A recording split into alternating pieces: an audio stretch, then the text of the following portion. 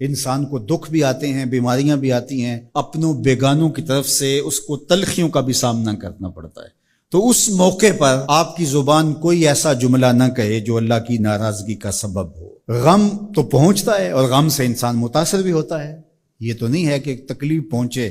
غالب نے کہا تھا روئیں گے ہم ہزار بار کوئی ہمیں ستائے کیوں۔ تو جب سینے میں دل ہے تو کوئی دکھ دے گا تو دکھی ہوگا، دل بے چین ہوگا۔ تو فرمایا کہ جب تکلیف پہنچے تو مدد کس سے طلب کرو؟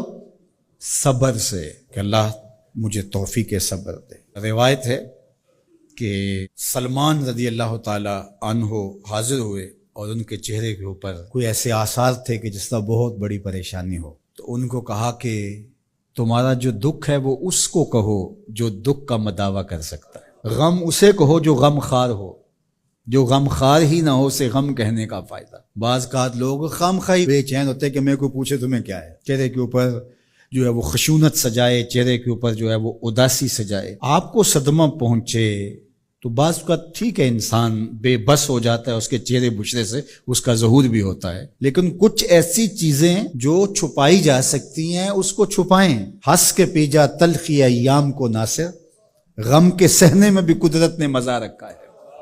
غم برداشت کریں، اندر اتار لیں اس کو، اس کا اجر رکھا گیا ہے، اس کا صلہ بتایا گیا ہے۔ تو ہر چھوٹی چھوٹی بات کو لوگوں سے شیئر کرنا یہ نہیں ٹھیک ہے، کبھی آپ کوئی ایسی بات ہو آپ کر بھی سکتے ہیں، لیکن ہر وقت جو ہے وہ اکتائے ہوئے رہنا اور میں پریشان ہوں، میں پریشان ہوں، میں دکھی ہوں، میں دکھی ہوں، تو کیا وہ دکھ ختم ہو جائے گا؟ لوگ مہندی سجائیں گے تیرے لہو سے، لوگ مہندی سجائیں گے تیرے لہو سے، زخم دل کے نہ دکھاؤ کسی کو۔ لوگ تو اس سے طرح مذاق بھی اڑائیں گے، اور جب تم ہنستے ہو تو زمانہ تمہارے ساتھ ہنستا ہے، اور جب تم روتے ہو تو زمانہ تمہارے ساتھ نہیں روتا۔ اس لیے یہ آنسو بڑے قیمتی ہیں، وہی بہاؤ جہاں شان کریمی موتی سمجھ کے چن لے۔ یوں ضائع نہ کرو، یوں ان کو برباد نہ کرو، لوگوں کے سامنے رسوا نہ کرو اپنے آپ کو۔ تو صبر کے دامن کو تھامو، ایک تو تلقین یہ کی گئی، اور دوسرا کہا والصلاۃ، اور نماز کے ساتھ اللہ سے مدد طلب کرو۔ حضور علیہ السلام جب بھی کسی مشکل میں مبتلا ہوتے تو حضور نماز کے لیے کھڑے ہو جاتے، اور میں نے خود کئی مرتبہ تجربہ کیا ہے، جب کوئی تکلیف پیدا ہو تو آپ نماز پہ کھڑے ہو جائیں، تکلیف میں تخفیف پیدا ہو جاتی ہے۔ اور بدر سے سخت دن کیا ہو سکتا تھا جب کافر پورے لاؤ لشکر کے ساتھ آ گئے، اور حضور کے لیے عریش ایک چھپر بنا دیا گیا، اور آقا کہیں وہاں مصلی بچھائے ہیں اور رب کے حضور کھڑے ہیں۔ مشکل کے وقت جب کوئی سبب نہ رہے تو اس کے حضور آ جاؤ، وہ تمہاری ضرورتوں کا کفیل ہے۔ وَإِنَّهَا لَكَبِيرَةٌ إِلَّا عَلَى الْخَاشِعِينَ، اور یہ بہت بھاری ہے نماز پڑھنا اور صبر کرنا، لیکن جو اللہ کا خوف سینے میں پالنے والے لوگ ہیں، رکھنے والے لوگ ہیں، ان کے لیے مشکل نہیں ہے۔ بچے کو صبح اٹھائیں آپ نماز کے لیے تو وہ اٹھتا ہی نہیں ہے، بار بار کہہ کے اس کو اٹھانا پڑتا ہے، اور اس نے سوات کی سیر کے لیے جانا ہو اور دوستوں کو ٹائم دیا ہو، تہجد کے وقت ہی تیار ہو کے بیٹھ جاتا ہے۔ اس کا مطلب ہے کہ اس کو نماز کا شوق نہیں ہے، اس کا شوق تھا، جس کا شوق تھا اس کے لیے اٹھنا بھاری نہ ہوا۔ میرے والد گرامی سے کسی نے کہا جی جاگ نہیں آتی، تو فرمانے لگے صبح منڈی جانا ہو تو جاگ آ جاتی ہے، کچہریوں میں تاریخ ہو تو یاد آ جاتی ہے۔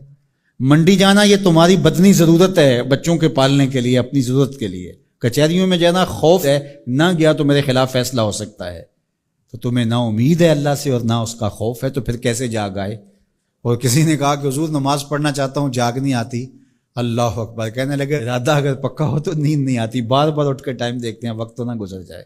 اللہ اکبر۔ تو فرمایا یہ بھاری ہے لیکن خاشعین کے لیے بھاری نہیں ہے، خشیت خدا سینے میں نہیں ہے، اللہ کا خوف سینے میں نہیں ہے، تو واقعی صبح کا اٹھنا بہت زیادہ بھاری ہے، بہت زیادہ مشکل ہے، لیکن جو خشیت والے ہیں ان کے لیے مشکل نہیں ہے۔ یہ مان لیا کہ صبح کا اٹھنا، سحری کا اٹھنا نفس پہ شاک ہے، لیکن اگر کسی کی زندگی کی لذت اس میں رکھ دی گئی ہو، اللہ اکبر، تو پھر اس کے لیے مشکل تو نہیں ہوگا۔ راہ خدا میں تکلیف اٹھانا مشکل صحیح، لیکن زندگی کا سرور اس میں رکھ دیا گیا ہو۔ وہ مزہ دیا تڑپ نے میری آرزو ہے یا رب، میرے دونوں پہلوؤں میں دل بے قرار ہوتا۔